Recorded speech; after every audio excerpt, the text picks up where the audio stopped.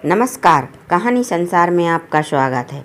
बुद्ध भगवान एक गांव में उपदेश दे रहे थे।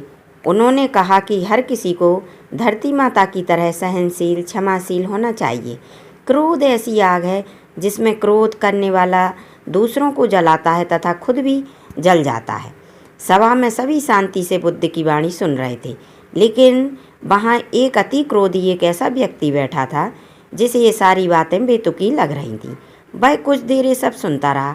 अचानक ही आग बबूला होकर बोलने लगा, तुम पाखंडी हो, बड़ी बड़ी बातें करना यही तुम्हारा काम है। तुम लोगों को भ्रमित करते रहते हो।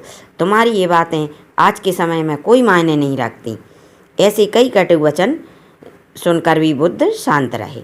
अपनी बातों में ना तो वह दुखी हुए और ना कोई प्रतिक्रिया की। यह देखकर वह व्यक्ति और क्रोधित हो गया और उसने बुद्ध के मुँह पर थूक कर वहाँ से चला गया। अगले दिन जब व्यक्ति का क्रोध शांत हुआ तो उसने अपने बुरे व्यवहार के कारण पछतावे की आग में जलने लगा और बुद्ध भगवान को ढूंढते हुए उसी स्थान पर पहुंच गया जहां बुद्ध उसे पहले मिले थे। लेकिन बुद्ध वहां नहीं मिले। व्यक्तियों ने बुद्ध के बारे में लोगों से पूछने लगा। ढूंढते ढूंढते जहां बुद्ध प्रवचन दे रहे थे वहीं पहुंच गया।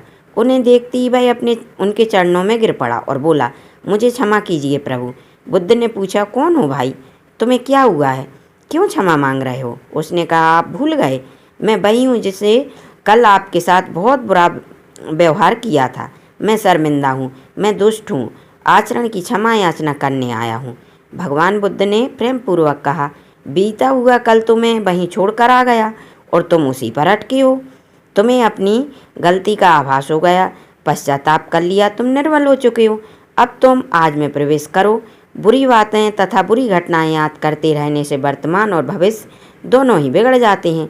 बीते हुए कल के कारण आज को मत बिगाड़ो। जब व्यक्ति का सारा बोझ उतर गया, उसने भगवान बुद्ध के चरणों में पकड़कर क्रोध त्याग कर क्षमाशीलता का संकल्प लिया। बुद्ध ने उसकी मस्तक पर आशीष का हाथ रखा। उस दिन से उसमें परिवर्तन आ गया और उसके जीवन में सत्य, प्रेम और करुणा की धारा बहने लगी।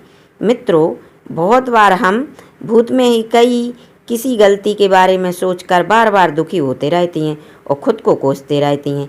हमें ऐसा कभी नहीं करना चाहिए।